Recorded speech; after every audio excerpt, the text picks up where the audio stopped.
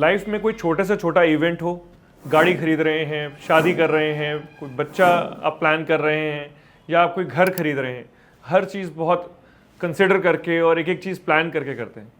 अगर आपके पेरेंट्स या आपको खुद अगर कोई surgery, knee replacement surgery plan करनी है, तो क्या क्या चीज़ें एक पेशेंट को कंसिडर करनी चाहिए नी रिप्लेसमेंट सर्जरी से पहले, उसके बारे में बात करेंगे।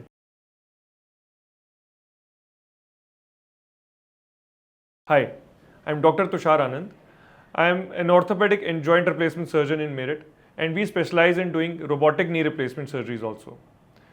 So आज हम बात करेंगे कि पेशेंट को सर्जरी से पहले, स्पेशली नी रिप्लेसमेंट सर्जरी से पहले क्या क्या चीज़ें कंसिडर करनी चाहिए। 4 बहुत इंपॉर्टेंट चीज़ें हैं। पहली, एक सर्जन का एक्सपीरियंस कितना है, सर्जन और सर्जिकल स्टाफ का।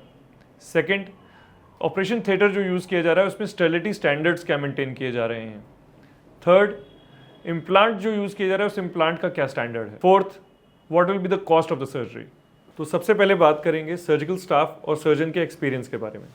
सो आई एम डॉक्टर तुषार आनंद। मैंने अपनी पोस्ट ग्रेजुएशन कंप्लीट करी थी 2013 में ऑर्थोपेडिक्स में from Lucknow.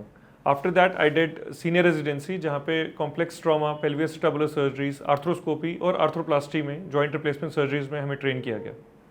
In 2016, I went for a dedicated fellowship in arthroscopy and minimally invasive hip replacement as well as knee replacement surgeries, as well as I was trained in robotic surgeries there only.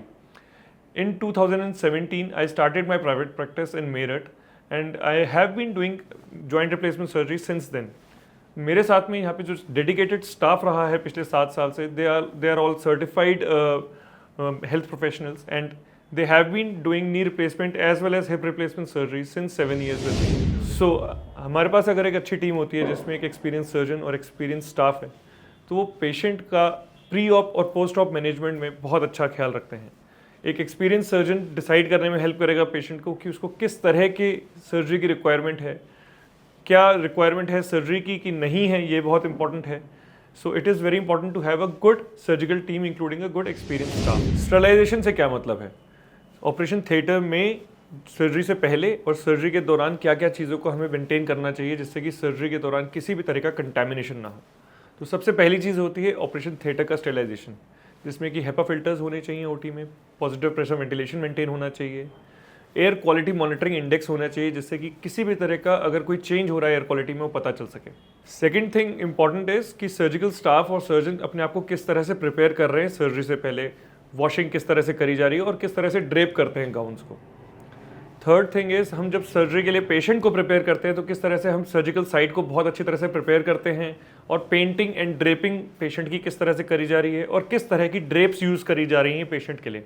हम अपने centre पे disposable drapes use करते हैं जिनका कोई contamination का कोई option ही नहीं है जिसके अंदर। And the fourth and the most important thing is जो इंस्ट्रूमेंट्स यूज़ करे जा रहे हैं सर्जरी के लिए वो प्रॉपर्ली स्टरलाइज होने चाहिए। क्वालिटी ऑफ इम्प्लांट भी बहुत मैटर करता है जब हम नी रिप्लेसमेंट सर्जरी प्लान करते हैं। कुछ डिफरेंट टाइप ऑफ इम्प्लांट्स के मटेरियल्स होते हैं, एक है कोबाल्ट क्रोमियम, टाइटेनियम और एक है ऑक्सीनियम। टाइटेनियम इम्प्लांट में एक वेराइटी और आ गई है आज की डेट में, जिसे टाइटेनियम नायोबियम नाइट्राइड बोलते हैं, गोल्ड नी। ये बहुत इनर्ट सब्सटेंस है जो कि बहुत कम रिएक्शन डेवलप करता है और इसकी काफ़ी लॉन्गेटिविटी देखी गई है। Comparatively oxinium is also very good implant as compare to this gold knee implant.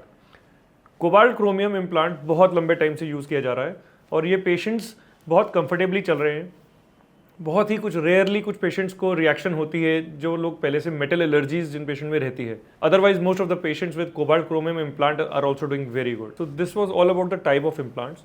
But सिर्फ इम्प्लांट की क्वालिटी मैटर नहीं करती, साथ में क्या इंस्ट्रूमेंटेशन यूज़ करी जा रही है और क्या टेक्निक यूज़ करी जा रही है वो भी बहुत इंपॉर्टेंट है। हम ज़्यादातर अपने cases robotic knee replacement technique से करते हैं, जिसमें एक फुली ऑटोमेटेड रोबोट जो है वो ही बॉडी में सारे कट्स लेता है बोन पे, जिसकी वजह से कंप्लीट स्टेरिलिटी भी मेंटेन रहती है और प्रेसिजन भी मेंटेन रहता है and we get very good results with that. तो हम आज की डेट में अपने सारे केसेस जॉइंट रिप्लेसमेंट के रोबोटिक टेक्निक से करते हैं।